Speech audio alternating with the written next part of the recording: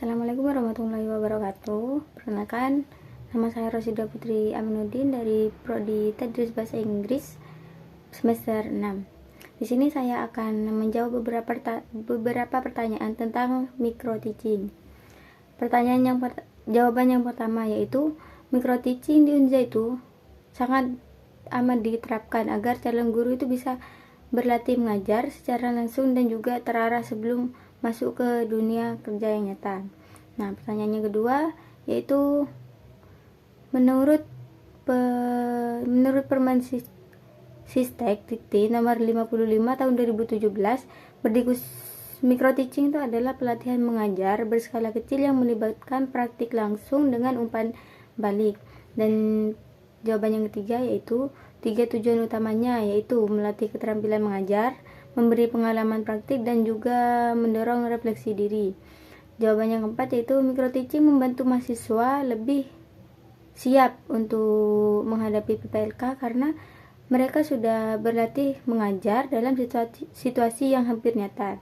Dan jawaban yang kelima yaitu meski dilakukan dalam skala terbatas, micro teaching itu bisa disebut dengan real teaching karena prosesnya itu sangat menyerupai kegiatan mengajar yang sebenarnya.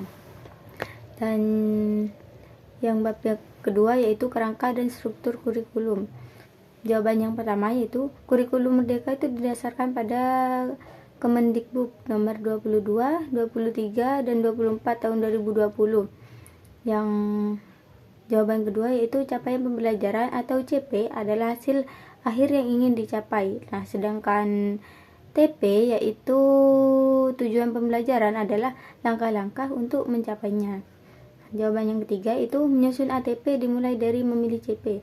Nah, jadi merinci TP, mengurutkannya secara logis, lalu baru kita menentukan strategis pembelajaran tersebut. Jawaban yang keempat yaitu CP itu disusun per fase. Jadi agar siswa itu bisa belajar sesuai dengan kemampuannya dan kecepatannya masing-masing. Dan yang kelima yaitu contoh administrasi. Jadi pembelajaran itu meliputi RPP, instrumen penilaian, dan dokumentasi hasil belajar siswa. Bab keempat yaitu metode pengajaran active learning. Untuk jawaban yang pertama yaitu metode active learning ini dalam kurikulum merdeka terdiri dari diskusi kelompok, project based learning, dan juga problem based learning yaitu simulasi dan peer teaching. Jawaban yang kedua yaitu project based learning menghasilkan produk akhir dari proyek. Nah, sedangkan problem based learning itu fokus pada pemecahan masalah tanpa harus ada produk. Nah, yang ketiga yaitu keterampilan yang dikembangkan dalam micro teaching meliputi tentang komunikasi, manajemen kelas, penyampaian materi, penggunaan media, dan juga evaluasi. Yang keempat yaitu pembelajaran diferensiasi memberi ruang bagi siswa agar siswa belajar sesuai kebutuhannya dan sejalan dengan semangat merdeka belajar. Dan yang kelima yaitu teknologi penting karena membuat pembelajaran itu lebih menarik, lebih kolaboratif, dan juga efisien. Bab yang kelima tentang tata tertib micro teaching. Yang pertama yaitu mahasiswa wajib memakai pakaian yang rapi, sopan saat proses praktek dan seperti pakaian formal atau semi formal. Nah, yang kedua yaitu saat simulasi, mahasiswa harus siap dengan materi, mengikuti jadwal, disiplin waktu, dan juga bersikap profesional. Yang ketiga itu tentang jurnal reflektif. Nah, jadi di sini dibuat agar mahasiswa bisa mengevaluasi pengalaman mengajarnya secara mandiri. Keempat yaitu siswa bisa simulasi membantu menciptakan suasana kelas yang realistis dan juga bisa memberi umpan balik.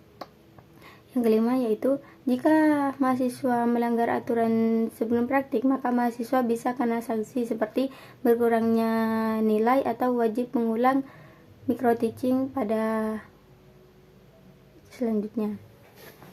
Dan yang terakhir yaitu penutup dan lampiran. Untuk jawaban yang pertama itu instrumen supervisi digunakan untuk menilai dan memberi arahan dalam praktik mengajar agar sesuai dengan standar masing-masing. Dan yang kedua yaitu telah modul ajar mencakup kesesuaian kurikulum, penjelasan isi, metode, evaluasi, dan juga belajar. Nah, yang ketiga yaitu penilaian kurikulum merdeka mencakup formatif untuk perbaikan saat belajar dan juga sumatif untuk menilai hasil akhir. Yang keempat yaitu surat keterangan microteaching. Nah, jadi ini berguna sebagai bukti bahwa kita telah mengikuti pelatihan mengajar saat melamar kerja. Nah, yang terakhir yaitu buku panduan ini dibuat agar kita bisa memberi arahan jelas dan juga pelaksanaan microteaching dan pengembangan profesional guru. Nah, mungkin itu saja dari saya. Kurang lebihnya maaf. Wassalamualaikum warahmatullahi wabarakatuh.